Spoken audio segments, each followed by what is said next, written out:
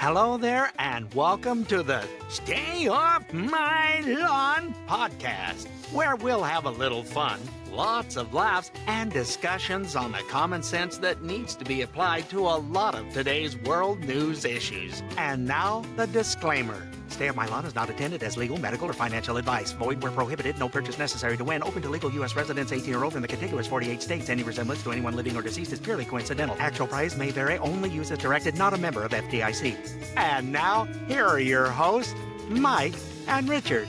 You did that without even moving your lips. I mean, Man, I am so good. I'm a professional. I know. It's just incredible. I mean, it gives me a headache every time, but it's fun. Yeah, that's kind of disclaimer. Basically, yeah, we're not responsible for anything. That's right.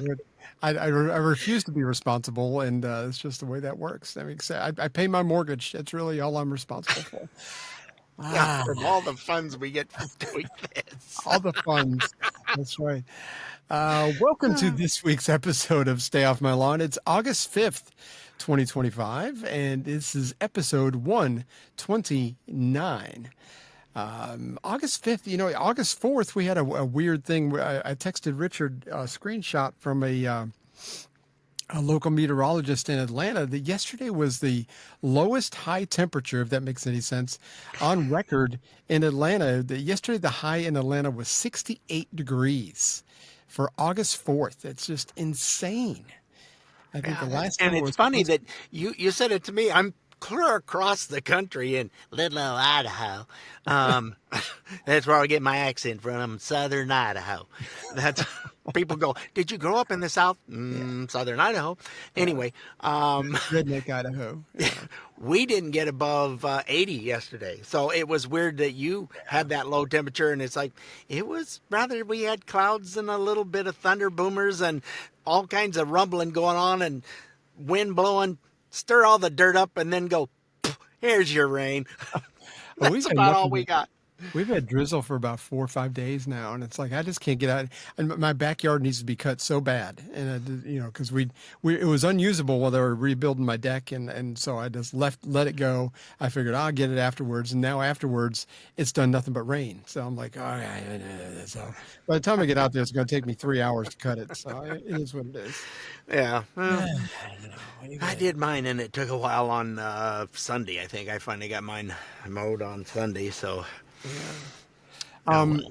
We talked about this before we came on the air, and I really don't have a lot of prep for this, but Sydney Sweeney, I had never heard of her up until a couple of weeks ago when she was on that American Eagle jeans commercial. Yes. And they're calling her a Nazi, or they're calling American Eagle a Nazi company because she said, in being a white girl, she had good genes. And I don't think of skin color necessarily when I think of genes. I think of good looking. I think of, maybe just long legs. I think of just, and she's got all that too. So, I mean,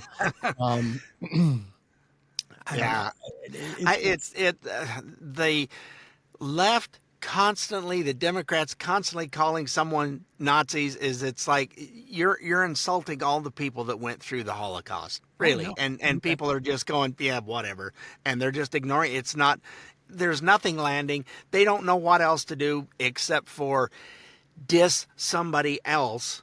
Right. They're the fault. Here's the problems over there, and it's like, no, not really. Yes. And she happens to be a Republican, and they thought, oh, we doxed her. We found out she's a registered Republican, and people went, okay. And normal people don't care what you're registered as. I mean, then she goes and videos at a gun range, and I don't think I'd mess with her. She had a gun in her hand because you ain't gonna make it. Because she was hitting targets left, just bing, bing, bing, bing, bing down. It was not a problem. Yeah, it was a course. She was hitting different metal targets, and she's fantastic.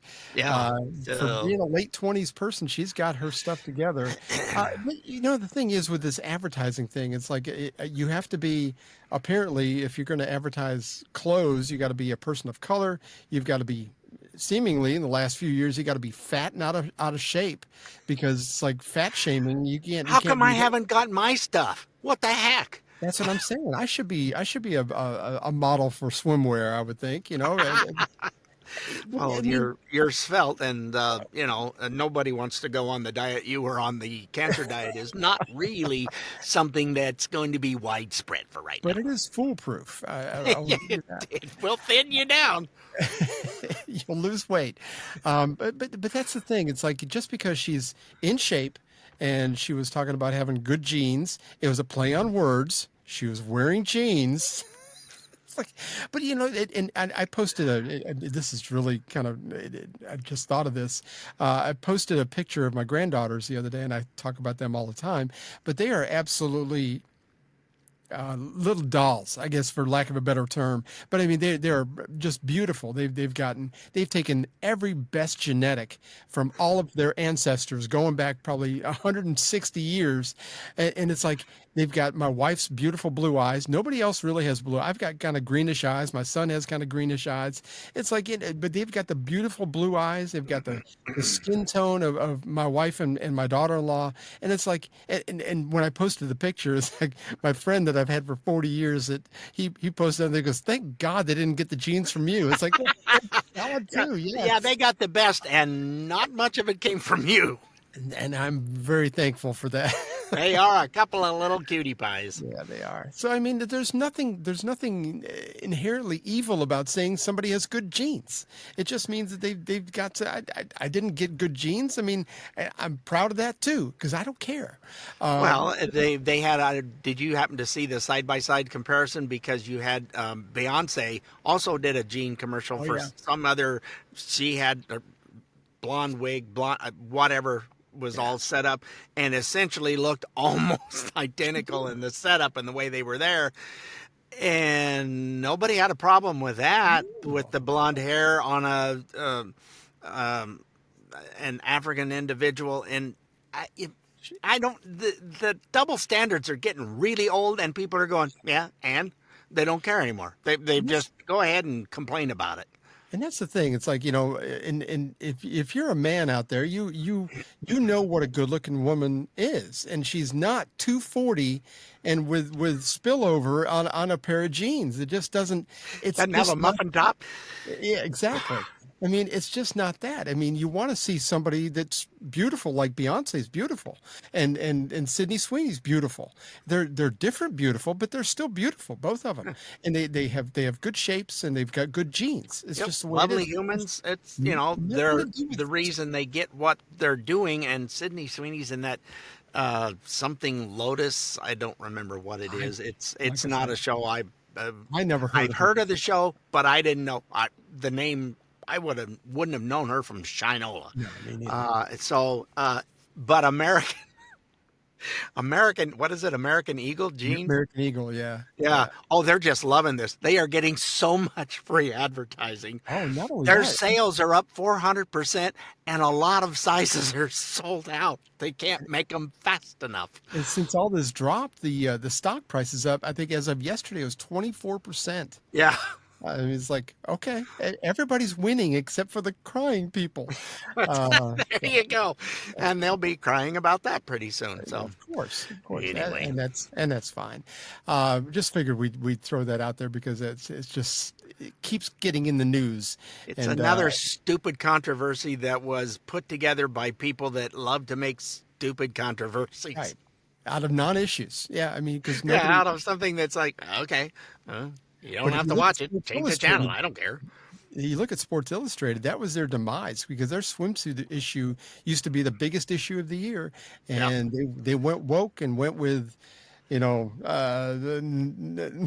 things that weren't all that good looking something to watch, or wasn't one of them a man? Didn't they have a man Oh, I think they did had a God, tranny, it's just crazy, whatever crazy. they are.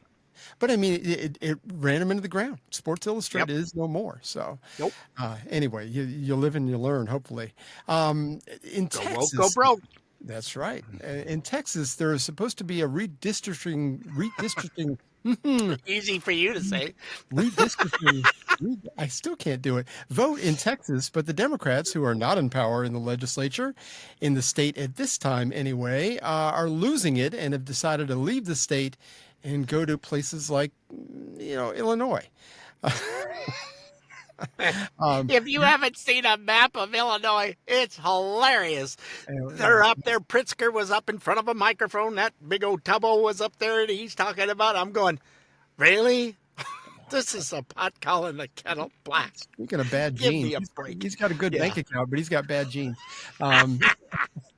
But Greg Abbott had this to say about this whole situation. So very simply, it would be bribery if any lawmaker took money to perform or to refuse to perform an act in the legislature. And the reports are these legislators have been they sought money and they offered money to skip the vote, to leave the legislature, to take a legislative act. That would be bribery. And so the facts will have to come out. But I think based upon comments made by legislators themselves, they face a possibility of facing bribery charges, which is a second-degree felony in the state of Texas. See, I didn't know anything about the money, and I'm sure this will all get uncovered as time goes on. But, that's pretty ugly. He has already sent out the Texas Rangers to find and arrest them and bring them back. Really? That edict was like late last night. Wow. And, of course, almost on cue, Kathy Hochul and others decided to march up to the podium. This is another state that has gerrymandering up the wahoos. Absolutely. You look at that state, you see nothing but red except for New York City and maybe Buffalo. I mean, it's very... And the districts are... It's like, what the hell? They're all little crooked lines, and it's...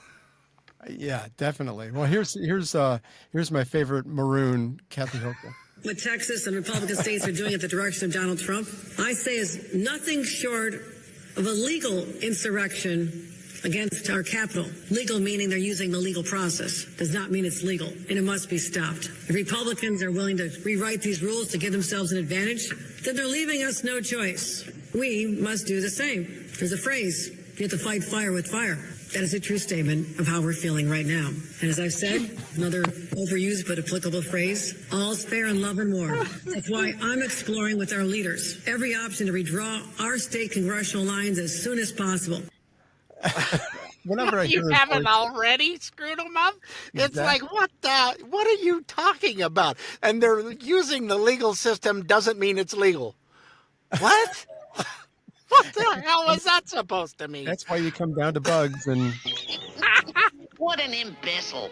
What an ultra maroon. Anyway, she's like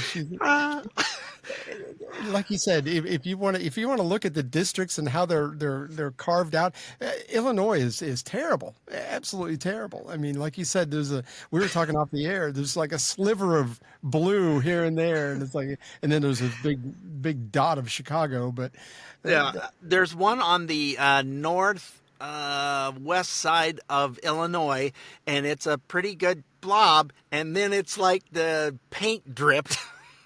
It's got this nice little square, and then it's like the paint dripped, and it's like halfway down the state of Illinois.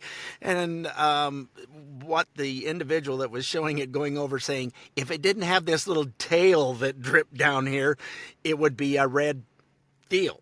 Yeah. But no, they took that little line and moved it all the way down. And they've got some others, and it's like, how did you? It's one district is in the middle of the state, and it's blue, and it's all stretched out. And it's Illinois is probably the most gerrymandered state in the country. And if you look at President Trump won 45% of the popular vote in Illinois as a state. And if you look at their congressional people, there's 14 Democrats and only 3 Republicans. How does that shake out? Well, and what they have for registered voters of being Republican and Democrat, it's like 48, 49 to 51, 52. It's just almost even, but that's not the way it is in their legislature or what they send back to D.C. Nope, and California is the exact same way. It is gerrymandered all over the place. It is ridiculous. And of course, if you're drawing new lines, Republican or Democrats, they both do it. It's called redistricting if you're for it. It's called gerrymandering if you're against it, because it works out better. Here's Corey. The 2 states that have this going on is where they where these people from Texas went to two of the worst gerrymandered states there is. And yet they're acting all pious and, oh, we don't do that. That is not in our playbook. Pfft, you invented it. Get off my back. And Hochul just said that, well, we're going to try to do it too. Like you said, they've been doing it for years. You're already doing it. What do you mean you're going to? It's not a new concept. Anyhow, you got another deal. And not to be outdone, Cory Booker had this to say. I'm sick of the gerrymandering, but if Donald Trump is going to push to gerrymander Texas, he's going to break the rules in order to win. He can't win by the rules they are right now, so he thinks you should break the rules. For Democrats to sit back and just say, okay, we're going to play by the Queen's rules, no. I'm telling you right now, we need to win in the midterm. We need to stop him from cheating, from lying, and from stealing the election. And if they're doing something to add their congressional seats, we need to look at our ways of doing that right now. It's cheating and lying when the other people do it, but when you do it, we're just... I think the horns were causing his halo to slide to one side. Jeez, Merry Christmas. Give me a break. Again, another Democrat acting all pious, and we are so above, and we are just good little bullpucky. Exactly. Give me a break. And unfortunately, everybody sees that. And they just think that, oh, nobody will know. Quit talking to us like we're stupid because you're in trouble.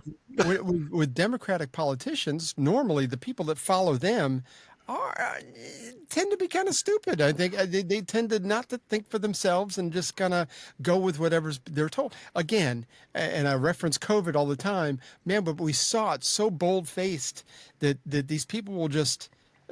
especially if you're a left-wing person, you will just take at face value whatever information is given to you if you somehow trust that person or the mainstream media or whatever entity it is. You trust it and you just blindly follow. That's what differences with the Republicans. Well, that's like the we'll get into that later with the labor statistics. Oh, yeah. Wow. It's like this. The math ain't math in here. So anyway, we'll get to that. It's the same thing. It's like the math ain't math, and give it up, Democrats. Give me a break. Speaking of math, what do you have? You have another? No, I've got the next story. We've spoken, and we're going to have to split this up over the break, but we've spoken several times about how members of Congress have seemingly used their positions and early knowledge of government contracts and how the future budget's going to shake out to, make money on the stock market. There's even a website that tracks this stuff. If you don't believe me, it's called Capital Trades, CAPITAOL, trades.com. And you can find individual Congress people, what they've invested in, how much money they've made. It's absolutely fascinating to watch this. But, if any of us common citizens took that kind of information and used it to our advantage, what would happen? We'd end up in bracelets, right? We would be in the Gray Bar Hilton. That's right. It would be called insider trading, whatever you want to call. But Missouri Senator Josh Hawley has introduced something called the Pelosi Act. I love the name. It just kills me. Officially, it might be called something else. I don't know. But I love the Pelosi Act. But anyway, well, that's what. She's just been trading to make ends meet to help support her family to the tune of almost $250,000. They don't want to cancel the cable. I mean, they got to make some money from that. What is she going to do? Take it with her? I mean, some of these people. Yeah. Anyhow. Anyway, here's Josh Hawley talking about it real quick. Let me just say that we have an opportunity here today to do something that the public has wanted us to do for decades, and that is to ban members of Congress from profiting on information that, frankly, only members of Congress have in the buying and selling of stock. 86% of Americans say that members of Congress should not be able to buy and sell shares of stock, individual stock, while they are members of this body, and they are absolutely correct. And the reason is, you can see it, there was just another ethics referral in the House last week. We've seen the former Speaker of the House make millions of dollars in profits. We've seen members of both parties, I'm sad to say, be investigated for their stock trades. And the reason for all of this is that, quite frankly, members of this body are privy to information that the normal person just is not. Now, is that insider trading? It is not under the laws. Sometimes people say, well, we already have insider trading laws. We don't need a stock ban. Well, the information that members of Congress are privy to is technically not covered. Yeah, so it's not called insider trading because they're Congress, and he's working to kind of get all that. Now, you know what? We're up against the break. We'll talk more about this when we come back. I've got some more numbers to go over, so hang in there. We will be right back. The Stay Off My Lawn podcast will be right back. Bud Light presents Real Men of Genius.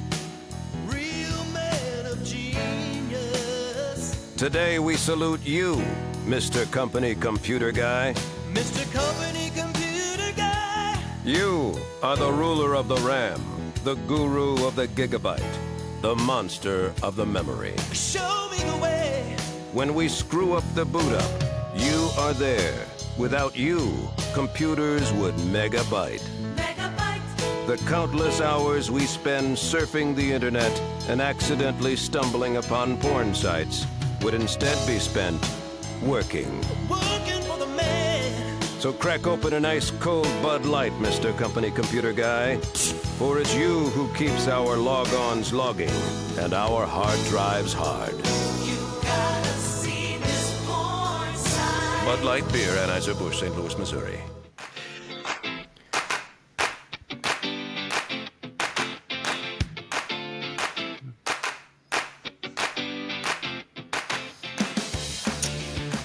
All right, we do have some fun facts about all this insider trading that's not insider trading. And just so you think we're beating up on Democrats, we're not. I think the second best insider trader in there is a Republican. I believe it's Dan Crenshaw.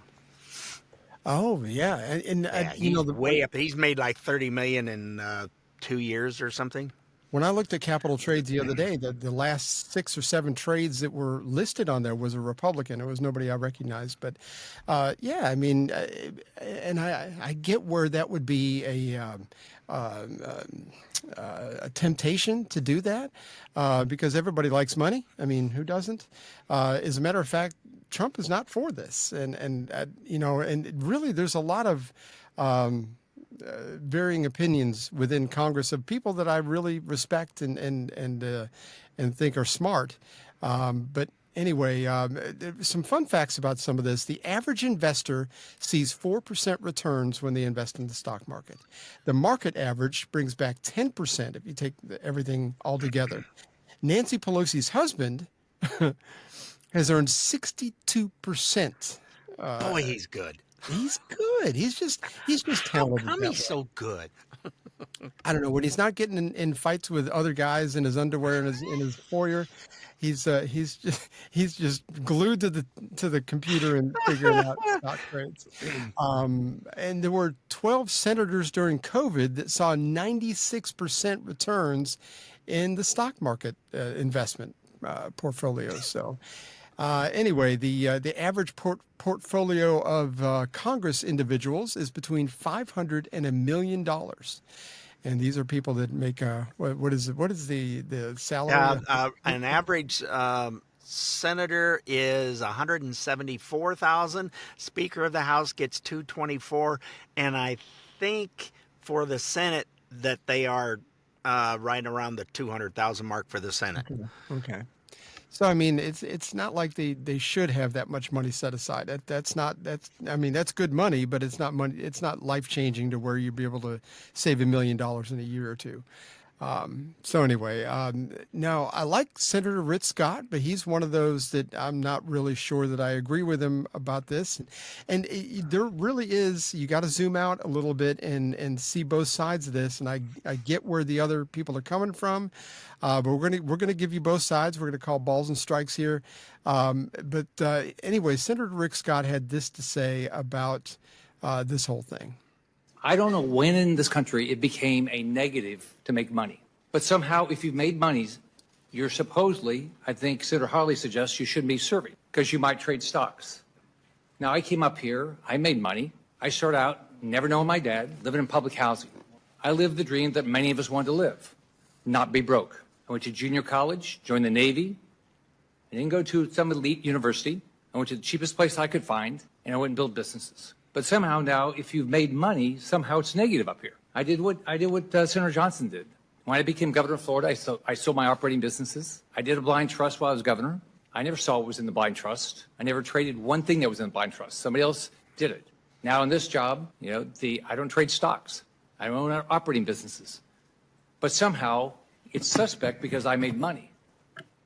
I don't know how many people in the audience, how many of you don't want to make money? Anybody want to be poor? I don't. And maybe I'm missing the point of this, but it's like, if you're not trading stocks, then this doesn't affect you. Am I missing something? Isn't that the way? Yeah, those who aren't, it's not going to affect. It's when you come in, you're not going to be allowed to do so, and yeah, it's a way to make more money. And if we don't have to pay them more, because people go, I mean, in this day and age, I hate to say it, $174,000, especially in the D.C. area. Where your average house is somewhere $750,000 to $800,000. That's not a whole lot. It's not, but I don't think most people have. I don't think most Congress people anyway have permanent residences up there. I think they rent apartments or whatever. And well, there's some that when they first start, and I've heard this story over and over from different ones. They have showers and they have a cot that they sleep in their office. Yeah. So I mean, that makes sense. But again, if you're privy to information, let's say that McDonnell Douglas is going to get a military contract, and you're on the board that approves all that. Well, I mean, it would be very tempting to go ahead and buy some McDonnell Douglas stock, and this is just an example. But I mean, why wouldn't you? Because they're going to make a whole crap ton of money over the next 10 years because of that contract. So their stock price will inevitably go up. So, I mean, you should not be able to have that information and use it for your advantage. And like I said, if you or your spouse are trading stocks and you're in Congress and you're privy to some of this information, I don't think it's right. I just don't. And I don't know how you enforce this. It doesn't seem like this is going to go through. Well, I think there's too many that are maybe, for lack of any other word, dabbling in it and are not doing the Pelosi flat out and out, going whole hog with it. It's like $1 million now, right? I mean, she's right at a quarter of $1 billion, if you will. Yeah. And I haven't seen the latest thing on Crenshaw, but he's the last thing I saw was like 31 million that he's made in 4 years or something like that. That he has that much. His stock is worth that much, I guess. So Senator John Fetterman, who's sounding more conservative all the time, as his brain is healing, had this to say about it. Senator, what did you think of the decision to pass that legislation banning lawmakers from trading individual stocks? I'd like to keep it really simple for America. Treat everyone equally and don't trade stock if you're a member here. I mean, that's what I vote for. That's what I support. And if someone else disagrees with me, that's fine. But again, treat everybody equally and don't trade. Should it apply to the president and vice president as well? Again, that's what I say. Include everybody. Treat everybody equally. Yeah, and it should include the president and vice president. The president and vice president now has said that they don't want to be included in this bill. But they tried to pass something back in 2023, 2022, I think it was. And they were actually exempting Biden and Kamala Harris from it also. So to be fair, they did that with them also. But, I think include the president too. I don't know. Rand Paul was asked about it too, and man, I think Rand Paul's one of the smartest guys in Congress or in the Senate for sure. But he had this to say. That if it were a good bill, they would apply it to Donald Trump. The fact that they're excluding Donald Trump from it, he's going to be exempt from it, probably means it's not a very good bill. So I think it's unwise and not well thought out. Think about it in our history. Some of the richest people in our country were president. George Washington may well have been the richest man in the country at the time. Some say he's the richest president ever. And people like that own a lot of stuff, have a lot of businesses. I think we should be applauding and honoring and wanting people to serve. Look, Mitt Romney and I didn't agree on everything, but he was a thoughtful person. He was a very wealthy person. He brought business acumen. I think you want to bring people like that. You're going to deter a lot of people like that from coming, not just banning them from owning stock, but saying they have to sell all of their businesses. I think it's over the top and not well thought out. See, I didn't know about them having to sell all their businesses in order. I know the president had to do that, but I mean, I get both sides, but I still am not for it. Yeah, it's and I'm kind of with him on that it's not really well thought out, and it seems to be like a knee-jerk reaction, boom.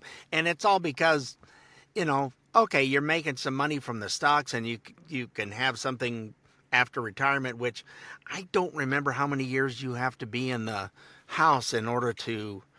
They recently upped it. I don't remember what it is. It used to be if you served 2 years, you got permanent retirement. Rest of your life. Yeah. Rest of your life of 174. What a deal. But I'm not sure where that is at the moment. I'm not sure either. It seems like I heard something like 6 years or whatever. I don't remember. Yeah. Well, I mean, the Senate term is 6 years, so that maybe they do. Maybe that's across the board. That may have been the reason for that. That number just is stuck in my head. It could be nowhere near.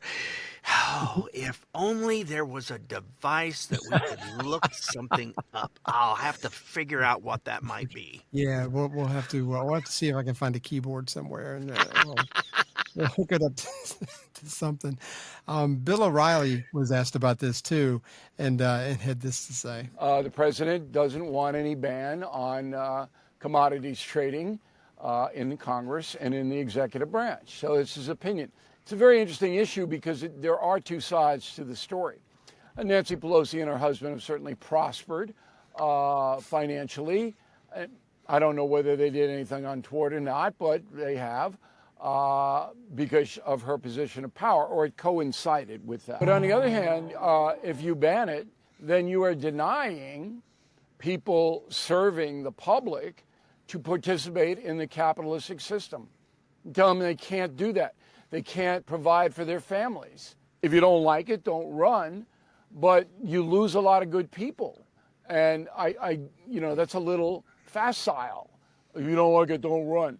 I mean, what is the right thing to do? So I'd have to see the proposed bill that Hawley is supporting. I'm not surprised President Trump criticized him, because that's what the president does when you oppose him. I'm not upset by it. I don't think Hawley is upset by it. I don't think this will pass. I don't think members of Congress will vote for it.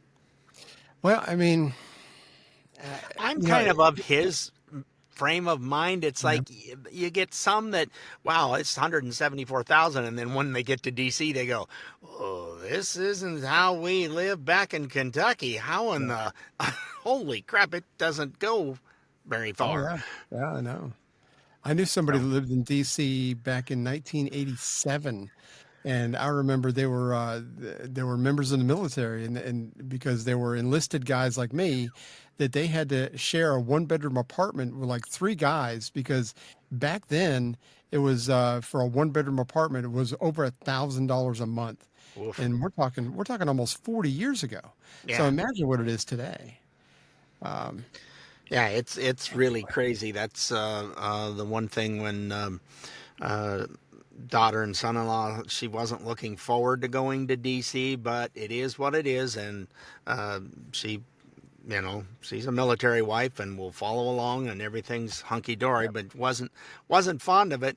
Now, the housing might still be a little spendy in Hawaii, but boy, it's a whole lot better place to be living. Weather's supposed to be. Yeah. Just for the weather alone. But yeah, anyway. So we'll have to wait and see how that shakes out. I think probably Bill O'Reilly's right. This is not going to go through. I don't think it will either. And there may be a lot of Congress people that don't necessarily use the information that they are privy to. I don't know. I don't know how this works, but I know that people have been talking about this for a long time, and Senator Hawley has finally brought it before them. So anyway, we'll have to just kind of wait and see how that turns out. Trump may be firing the Bureau of Labor Statistics chief. No, not maybe, has gone. They are defunctoid. The mainstream media is reporting on this differently, saying that the Bureau has not put out the numbers that Trump wants. So he wants to fire her. Well, it goes a little bit deeper than that. And here's Fox News explaining the depth to some of this. President Trump now moving to fire the labor stats chief following a much weaker than expected July jobs report and revised numbers from previous months. The president railed against the former commissioner of labor statistics, Erica McIntyre, after seeing these numbers. The BLS reported the U.S. only added 73,000 jobs in July, and it sharply revised its figures for the preceding month, saying only 14,000 jobs were created in June and 19,000 in May. That's more than 250,000 lower than what the agency had originally estimated. The unemployment rate also ticked up from 4.1% in June to 4.2% last month. The president saying on Truth Social, McIntyre will be replaced with someone much more competent and qualified. Important numbers like this must be fair and accurate. McIntyre was nominated by former President Biden in July 2023. Anyway, I really thought that this was always a nonpartisan number crunching outfit. I mean, apparently this not. is. During Biden's, they were saying, there was this many people that were hired, and there was 1 month there was something like 100,000 new jobs, and of the 100,000 new jobs, 80,000 were with the government, and it's like, that's really not a new job because we're still paying for that, so it doesn't go. Yeah, that's not right. Really job creation. Yeah. No, and there was a gentleman explaining the different numbers. Oh my Lord, I don't know if I sent it to you or not. I might have, but it was hilarious in that. How can you have employment up, but yet the job numbers were down? It's like. This ain't mathing. You can't have this be up here and this be down here because the two numbers need to coincide. It was like, what? He goes, I'm just giving you the actual numbers. He goes, it ain't mathing for me either. Yeah. So, yeah, it's there's some hinky stuff that's been going on for the last 4 years, and I can't believe that person is still there. I know. Well, he's had so many other things on his plate. He just hasn't gotten to them yet, I guess. Well, and what's been happening and all the different companies that have been growing, this is anyway. Yeah, Kevin Hassett is the National Economic Council director. He said this about the situation.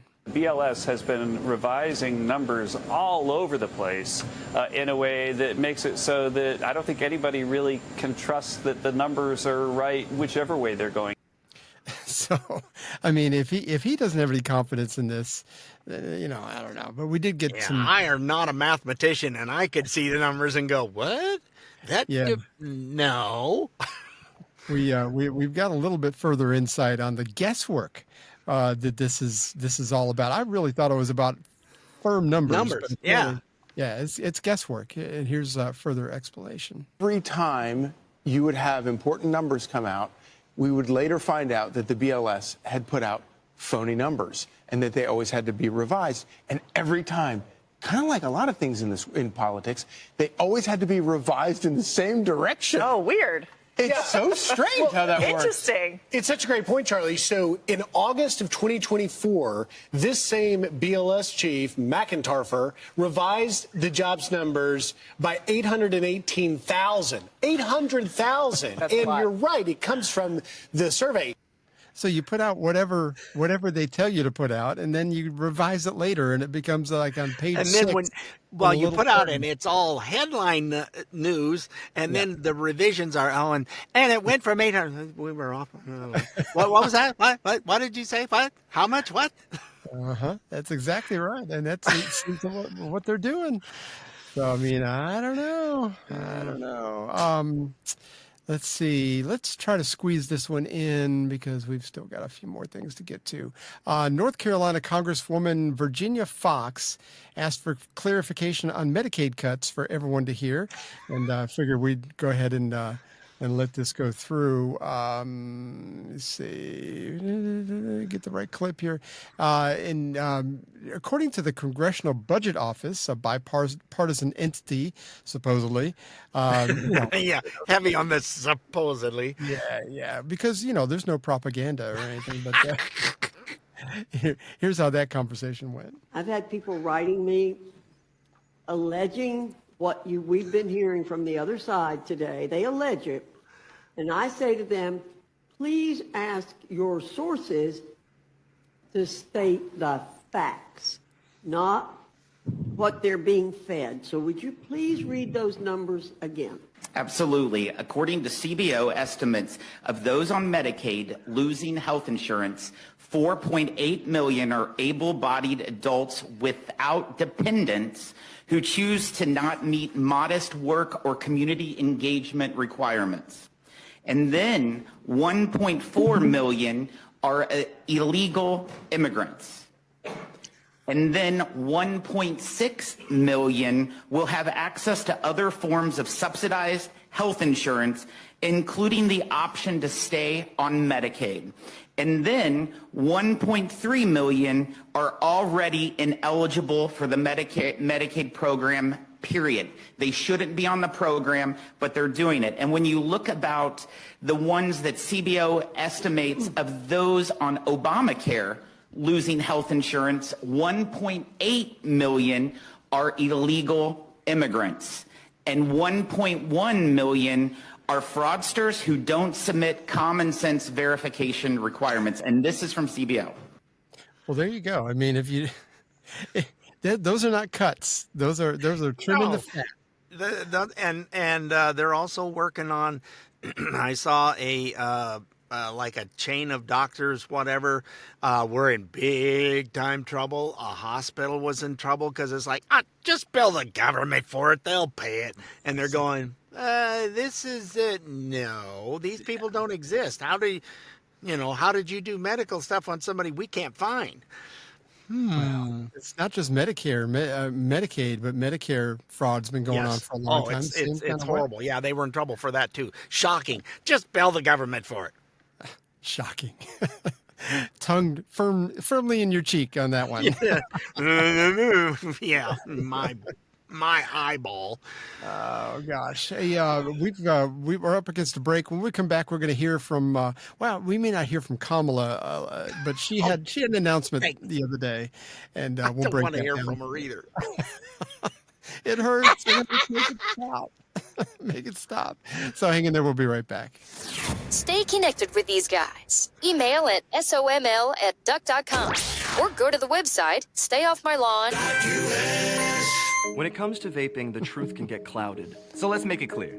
Vaping is not safe for youth. Because vaping can put microscopic particles into your lungs. And dangerous things like metals into your body. And nicotine, which can harm a person's brain development through their mid-20s. With appealing flavors, high nicotine levels, and lots of promotion on social media. Many kids think vaping is harmless, but it's not. So talk to your kids about the risks of vaping. Because when you talk, they hear you. Learn more at underagedrinking.samhsa.gov.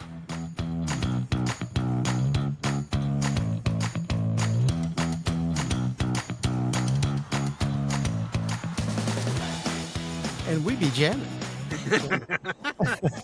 Yeah, the vaping thing, I do like that. I know a gentleman that was trying to quit smoking, and he was one of those that, as my father says, would suck that thing right down to the Tampax, down to the filter on the end.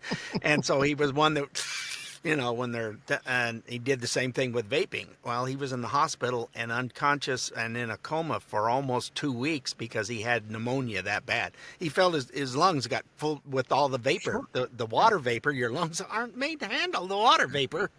So, yeah, and I've heard of other people. So it's just not a good thing, folks. Why would you want to put that in there?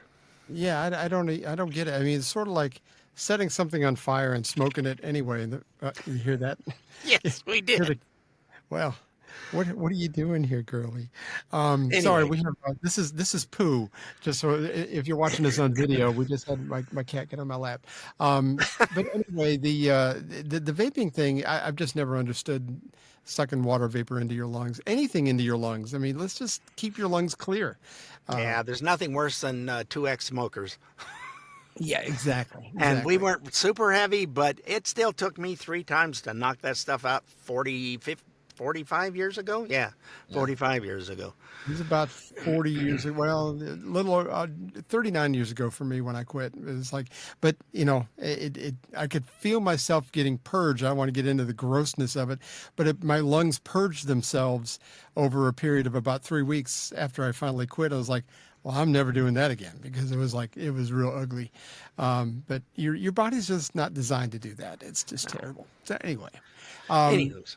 We saw Kamala the other day, and she said that she was not interested in running for governor of California. And, some people, including myself, heard the underlying message that she's running for president in 2028 instead. So, yeah. But CNN had this to say about the state of the Democratic Party the other day, and she wasn't even part of the conversation. Democrats at this point are historically divided. It is a complete and utter mess. It is messier than a hoarder's basement. What are we talking about here? The national early poll leader, 25% plus. Normally, that's where Democrats are. Biden was at 25% plus in 2020. Hillary Clinton was in 08 and 16. Gore was in 00 and 04. At this particular point, there is no one in the Democratic race for president who's polling at 25% plus. The water is quite warm. If you're a Democrat potentially thinking about running in 2028, jump right in, because at this point, there is no front runner. What do you think? Is that because how people view the Democratic Party right now, is that contributing to this? Yeah, I think that is in large part of what's going on, is one of the reasons why there is no front runner. Nobody wants to put anybody up at the top of their ballot list, is because at this particular point, the Democratic brand is in the basement. It is total and complete garbage in the mind of the American public. The Democratic Party's net favorable rating, record lows in all 3. Wall Street Journal, 30 points underwater. CNN, 26 points underwater. Gallup, 26 points underwater. And that is being driven in large part by discontent within the Democratic base. The Democratic base wants something different. We'll ultimately end up seeing who they choose. It'll be quite the thing who ultimately gets the rose. It's garbage. I'm telling you, it's garbage. I like his enthusiasm and his accent. It just kind of like. Oh, he's our favorite statistician, because when things come out, even though he's on CNN, he tells it. These are the numbers, folks. This is what it is. And right now, and the Democratic Party, if they think following this Mamdani. Oh, my gosh. Yeah, no, Zoolander's not going to save the party. He's a flat-ass out-and-out communist, and if you can't see that the crap that he's promising is not possible, and good luck with that. They elect him in New York City, which I think they will. I think that's going to happen. Oh, Lord, I hope you're wrong. I hope I'm wrong, too, but if they do, then we're really going to see the failed policies of socialist propaganda, socialist leadership. Because it's really going to be front and center for the whole American people to see. And maybe that's what they need. Maybe everybody needs to see everything fall on its face. And unfortunately, the good people in New York are just going to have a hard time. I mean, they need to be running the news article that was showing that grocery store in Kansas City that had nothing on the shelves. Things smelled rotting in there. They said the store was disgusting to go into. And the city was a state-run grocery store? Yes, it was a city-run in that area, doing just exactly what he's talking about. It didn't make it. Yeah. And he's talking about spending $60 million. Is that what it was? Yeah, it's $60 million on 3 stores, and let me tell you, that's not even going to cover one. I wouldn't think. That's a lot of. It's it's a bahooey number, for lack of to say it nicely. Yeah, it's campaign numbers. We there you go. That's what it is. It's campaign numbers, which are full of Yeah, they're full of porcelain-filled flushable sewage is what it is. That's exactly right. And hopefully it doesn't back up and get all over the floor. But yeah, I read that it's the first time since 1992 that no Democrat has had more than a 25% favorability rating at this time of the presidential cycle.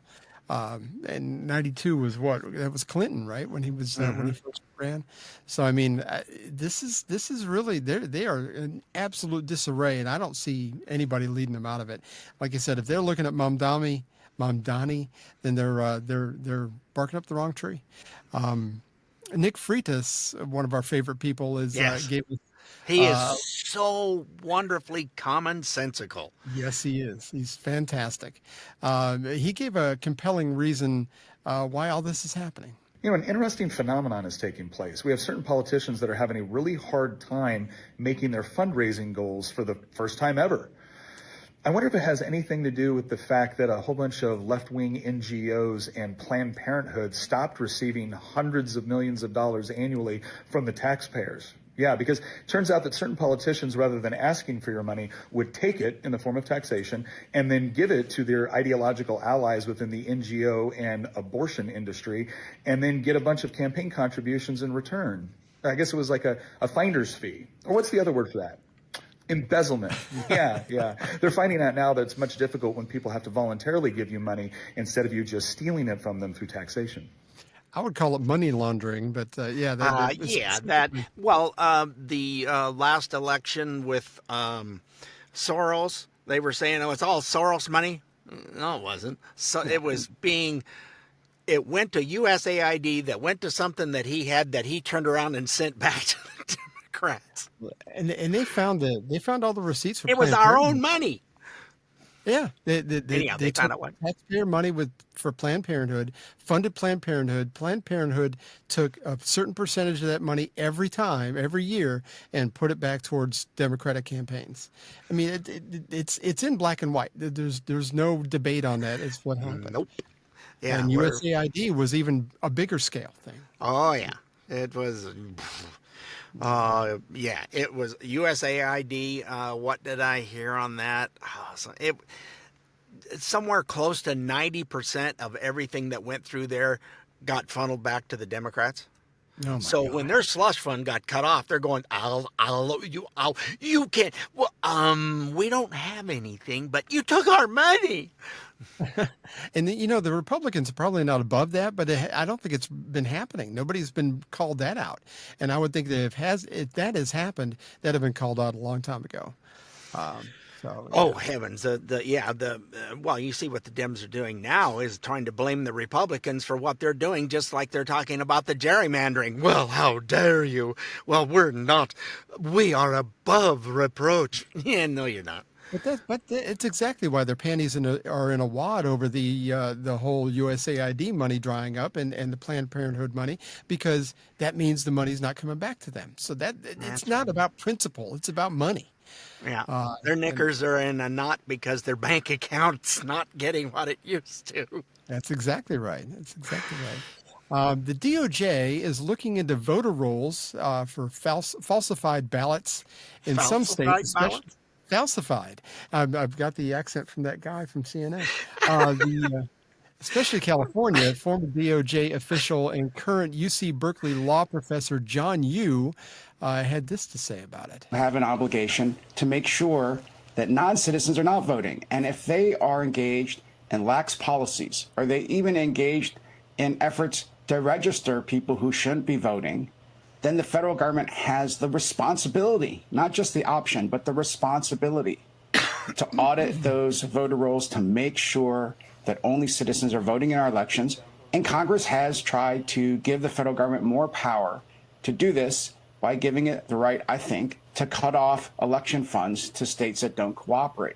I actually think the thing that's worrisome about the reports I've seen is that there are states and counties that are suggesting they won't cooperate. Why would they want to cooperate in opening their books and just showing that they have engaged in good faith with registering only citizens to vote in federal elections? Because this resistance is part of the broader resistance you're seeing in immigration and other areas and the environment, where state and city officials are trying to flout the valid authority of the federal government to make sure that federal functions like voting are being performed correctly. Yeah, Things that make you go, they're not cooperating? Well, why? Why wouldn't you? Well, maybe something nefarious, maybe. Maybe. We're not doing nothing. Yeah, it's nothing. What if every time your wife walked in the room and you closed your laptop really fast and go, nothing? Well, Yeah, that wouldn't last very long. something would be up. Yes. Bruce Liu, I'd never heard of this guy before, but he's running against Nancy Pelosi for the GOP next year. He had this to say about it, too. California Democrats just made it a lot easier to cheat in elections. Assembly Bill 930 would allow mail-in ballots to be counted way past Election Day, compresses and delays the recount timeline to make challenging suspicious results harder, and most damningly, allows non-citizens to oversee the tallying of close races. If the Democrats get their way on this, we might never have a fair election in California again. I think maybe we just need to cut California off and let it float out. It's not any different in Oregon. In fact, they're looking into Oregon stuff going, there's an issue here. They have had mail-in ballots since we lived there 35 years ago. That's what they've done is mail-in ballots. Oh, well, this is convenient. Dummy me just go, okay, I'll just send my ballot in this way. And not think that, wait a minute, there's a lot of nefarious crap that's going on there. And yeah, that's why there's only like a couple cities, Portland, Eugene. That's pretty much it. That is blue, and the whole rest of the state gets screwed. What is it about the Pacific Ocean? The air out there is causing people to kind of, I mean, what is it? There's something happens because Washington State's the same way. It's the same way, and they're about to run off all kinds of businesses, and people are because I think they just upped their taxes as of the 1st of August, or maybe it's October really? coming. Oh, wow. Yeah, it's the highest increase in taxes ever for the state. And it's already expensive to live there, and people are going, yeah, that's enough of that crap. I mean, with such beautiful weather, is that why people stay? You don't have to ever wash your ears. It's I used to say that when I was over living in the Portland area, and the wind would blow and it's raining, and it would, I get a free ear wash today. I get this side coming into the building, and then the other side when I go back out to the truck. At least you get both sides done. Really. That's right. It's like. And as elections go, even shadier stuff has been happening in Iowa, of all places. Here's Iowa Congressman. Not Iowa. Not Iowa. I mean, nobody ever thinks about Iowa. To be honest, no offense to Iowans, but I mean, you're just kind of like there. But Iowa Congressman Zach Nunn talks about what happened there. My name's Zach Nunn. I represent Iowa's 3rd District, and today I'd like to share briefly a story of a man from Iowa with a brain injury who was targeted by Democratic operatives to get his name on the ballot. Despite this man not even being able to drive, they recruited him, they targeted him over the course of a year, impersonating members of Congress, deceiving him that he was in direct conversations with Donald Trump so that he would run in a Make America Great style party to try and get on the ballot. In my home state of Iowa, Democrats who are on the ballot have said that they cannot win unless they have a spoiler on the ballot. That was just out this week. Tragically, they lied to him because they knew they could deceive him. They push-polled, paid for it. When he arrived in Des Moines, they picked him up in an electronic vehicle and then dropped him off at the Secretary of State's office. They handed him a pile of binders that had been paid and recruited for by a Democratic operative firm so that he could get his name on the ballot. They studiously avoided being on security cameras, and when he asked to have their picture taken together, they refused to take that photo. Democratic law firms notarized his information and handed it in to the Secretary of State. The only intent was to steal an election from Iowans. And as a combat veteran who, when I first ran, Democrats stole my military records, and we saw it happen time and time again with no punishment or even consequence by the Department of Justice, Democrats have stepped up their game to use truly shady tactics that not only are a direct threat to our democratic institutions in Iowa, but they are trying to manipulate and deceive Iowans. And this is where I draw the line. When you try to steal an election in my state, we fight back. We've exposed them, and I'm grateful for the AP's investigative story. These are not my words. This is their investigation into what a shady Democratic firm has done to try and steal an American election by putting false flag candidates on the ballot. Now, in our case, as a counterintelligence officer, we were successful. But this threat has not abated. And tragically, we have seen in states like Minnesota, Montana, and with my dear friend Jen Kiggins in Virginia, their attempts are real, they are paid for by independent expenditures, and they are operated in the shadows by firms directly tied to Democrats. So whether you're a Republican or a Democrat, this does not matter. Everyone should universally say these tactics are illegal, they are unacceptable, and they must be stopped. We must all work together to call out this type of deceit, because when I worked in Eastern Europe and saw Putin's playbook on how they distorted elections in real democracies, they were effective. That cannot happen here, no matter whose party it is. I got to admit, the evil genius behind that is incredible. Well, you know, what was it in the earlier thing with saying, well, apparently if the Republicans don't cheat, they can't win. Yeah. It's coming from states that got weird-ass gerrymandering. It's like, really? You're going to... Okay. So Well, I would love to see, in Idaho, you have to show ID when you show up. You say what your full name is, what your address is. They have that on record, and then you have to show them your driver's license or whatever ID you might have, and then you get to go vote. Right, right. It's not that big a deal. We have our driver's license out, and then they have this big binder of voter rolls of people in our county, and because we always vote early, so it's the whole county in this big couple of books, and they find you and they put a check mark by your name and cross it off, and then they give you the card to go to the machine to go vote.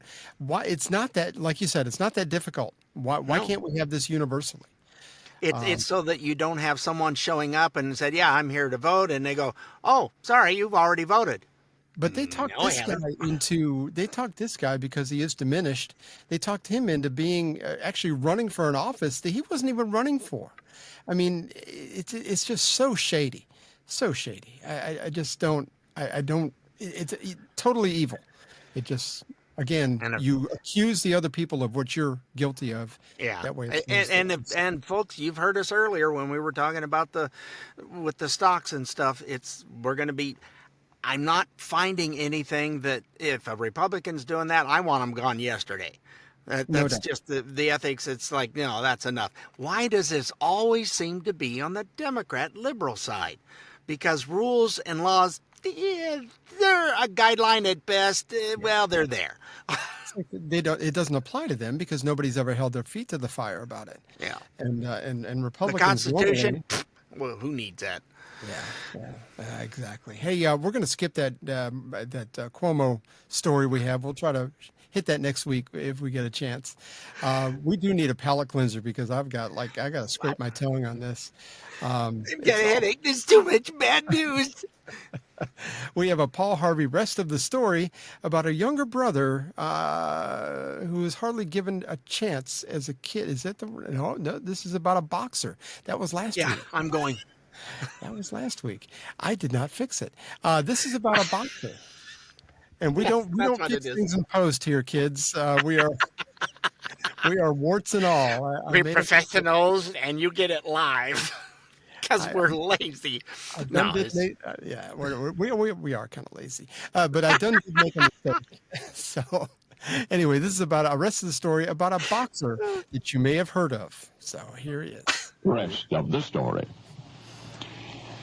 Officer Joe Martin was off duty that night, working out at the Columbia Gymnasium. The gymnasium was in the lower level of the Columbia Auditorium where a merchandise exhibition was going on that evening. Anyway, Joe's down there in the gym when suddenly he glanced at the doorway and saw this little boy crying. "What's the matter?" Joe asked. The youngster, gasping for words between sobs, said he had been told there was a policeman in the basement. Joe, with back-turned thumb, indicated that he was a cop. "They stole my bike," the child said. "Who?" said Joe. The little boy shook his head. He didn't know. But it was a brand-new bike. It was a red and white Schwinn, and he'd waited a long time to get it, and now it was gone. Joe said, "How old are you?" Boy? The boy said 12. The officer smiled inside. There was a cherished bicycle in just about every boy's life, but this one more than likely would never be recovered. Big crowd upstairs, clean getaway. Joe tried to explain that as gently as possible to the youngster, who nonetheless insisted on recounting what had happened. He and a friend had ridden their bikes to the Columbia Bazaar, had spent the late afternoon roaming among the exhibits and partaking of the free candy offered by some of the merchants. When it was time to go home, the boys returned to the spot where they'd chained their bicycles. The friend's bike was still there, but the shiny new Schwinn was just too much temptation for somebody. The chain had been cut. The bike was gone. Someone said there was a police officer downstairs, so the little boy had gone downstairs. But if you can't help me get my bike back, the child blurted through angry tears, I'm going to find him, and I'm going to find out who took it, and I'm going to beat him up. It was right then that Officer Joe Martin's inner smile turned outward. Listen, he told the little lad, before you start fighting somebody, maybe you'd better learn how. Now the youngster is silent. The last tears still trickle down his face. But they'd stopped flowing now. What do you mean learn how to fight, he repeated. Joe nodded and then added, I'll show you. Let's abbreviate the rest of the story. That October 1954 began an intriguing lifelong friendship between a half-pint crime victim and the cop in the basement.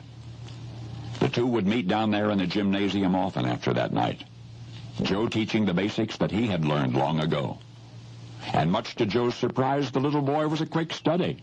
Although the latter soon forgot his original reason for wanting to learn to fight. There would be other shiny bicycles in the youngster's life, but there would never be another Joe Martin. So in a way, this mention today is a love letter to the Joe Martins everywhere. Realizing that big hurts sometimes come in small packages. You guys give your time, your heart, when the world isn't watching, because someday it might be.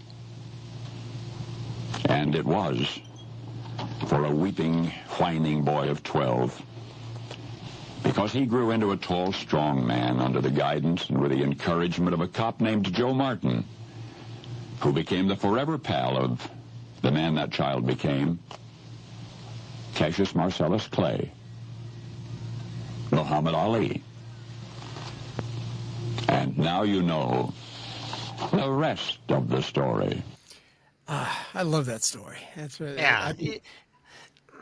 There are people in your life that come along and things maybe aren't going well or doing whatever, and it's just a little package from God that wanders in, and all of a sudden things start getting better. And it's just nice to hear of those things. And sometimes that opportunity will hit you, and you got to recognize it when it hits you. You know that you can maybe help a youngster that doesn't have a lot of guidance. And look at how it turned out for him. Yep. So really, really fantastic. Well, and we hope you were somewhat informed and had fun like we did. Don't forget, you can find us on iTunes, Spotify, iHeart, Amazon Smart Speaker, Rumble, or wherever you get your podcasts. And if all that's just confusing, go to our good old website of StayOffMyLawn.us for all our past and present episodes. And we'll see you next week, folks. Toodles, and thanks so much for listening. We're now in 45 countries, so keep spreading the word, folks. We do appreciate it. Have a great day.